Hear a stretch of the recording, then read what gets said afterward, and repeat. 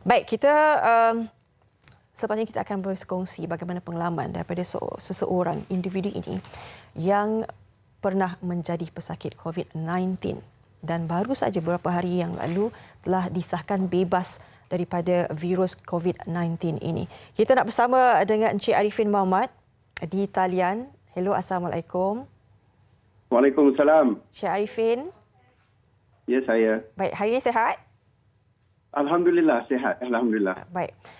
Kita nak berkongsi sedikit berkenaan dengan pengalaman Encik Arifin sendiri. Kami difahamkan Encik Arifin disahkan positif COVID-19 ini pada 5 Mac. Dan Encik Arifin tidak mengalami sebarang simptom. Ya, seperti mana yang telah dikongsikan antara simptom yang berlaku kepada sakit COVID-19. Mungkin Encik Arifin boleh kongsikan bagaimana permulaannya. Okey, bismillahirrahmanirrahim. Assalamualaikum. Saya sebenarnya telah menghadiri satu majlis kementerian pada 27 hari bulan Februari. Di majlis itu ramailah orang kan. Jadi saya telah berjumpa dan bersalaman dengan beberapa orang lah. Dan 2 hari kemudiannya saya diberitahu salah seorang daripada yang saya bersalaman itu adalah telah disahkan positif COVID. Itulah permulaannya. Tapi sebenarnya saya tidak tahu dari mana sebenarnya saya dapat. Sebab 2 hari lepas itu pula ada lagi 2 orang di majlis yang sama telah juga disahkan positif. Jadi saya sendiri telah menyerahkan dirilah 2 kali di Hospital Kuala Lumpur untuk membuat saringan. Baik, 2 kali bermakna? Bermakna sebaik saja saya dapat tahu ada kes positif itu yang kontak dengan saya ke Hospital Kuala Lumpur untuk membuat saringan. Sama ada saya positif atau tidak. Kali pertama itu sebab saya tidak ada simptom. Jadi doktor telah menasihatkan supaya balik berehat di rumah lah. Cuma dia bagi saya ubat batuk sebab saya ada batuk. Tapi batuk tu saya dah dapat seminggu sebelum itu. Jadi bila ada lagi 2 orang, saya tahu 2 hari kemudiannya, saya sekali lagi ke Hospital Kuala Lumpur untuk membuat saringan. Kali ini baru diambil sampel untuk membuat pengesahan. Baik.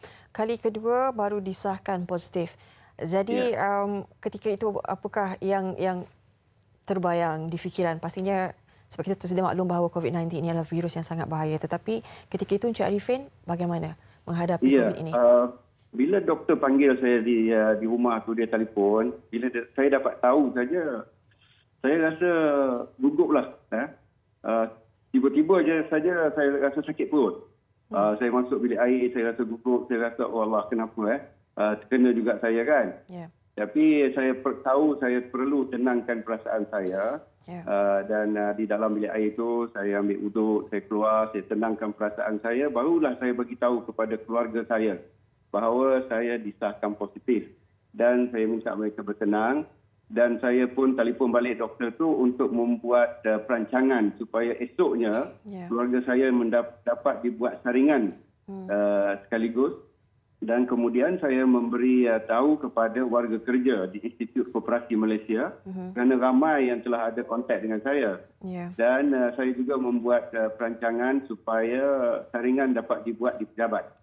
Jadi kita pun membuat saringan.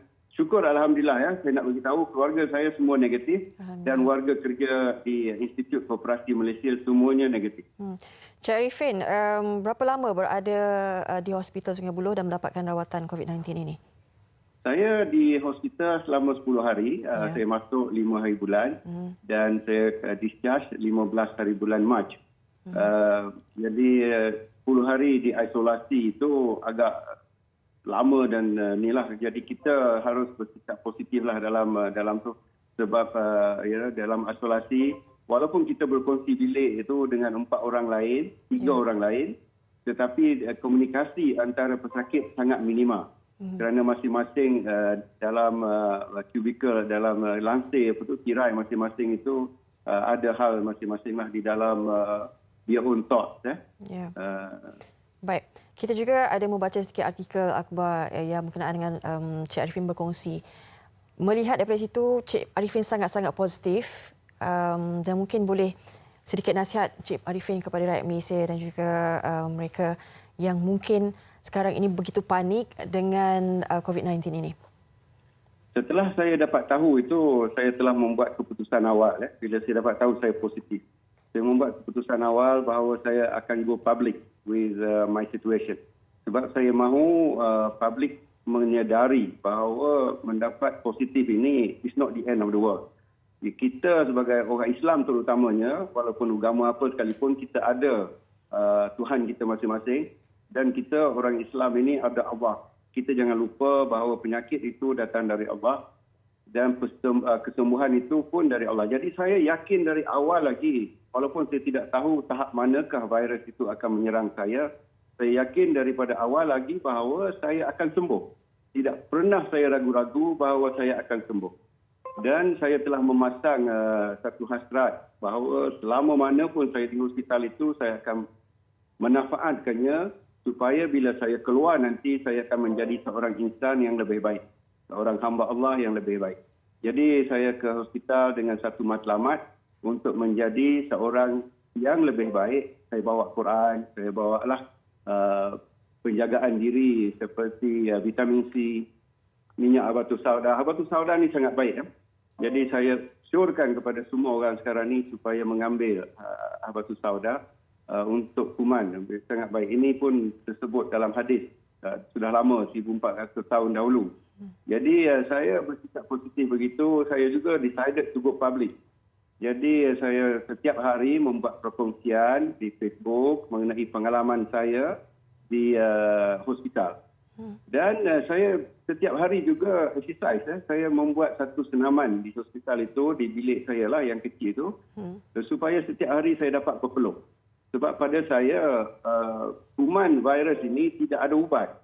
Yang ada ubat hanya simptom. Jadi untuk melawan dan membunuh virus ini ialah daripada kekuatan daya tahan diri kita sendiri.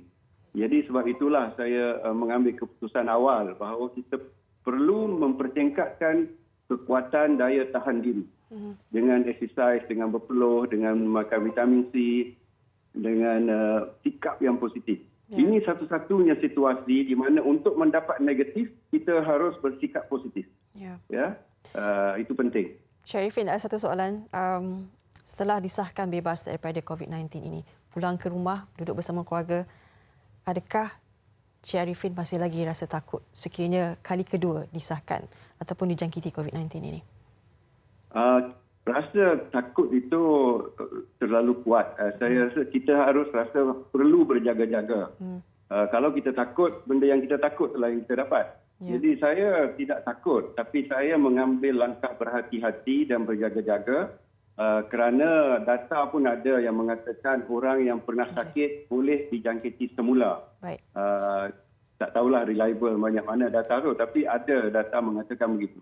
Saya pun ada bertanya dengan doktor, adakah kemungkinan saya ini dijangkiti semula? Jadi doktor kata di Malaysia ini belum lagi berlaku, tetapi kemungkinan itu ada. Jadi kita terus mengamalkan gaya hidup sihat dan mengambil precaution yang penting. Baik.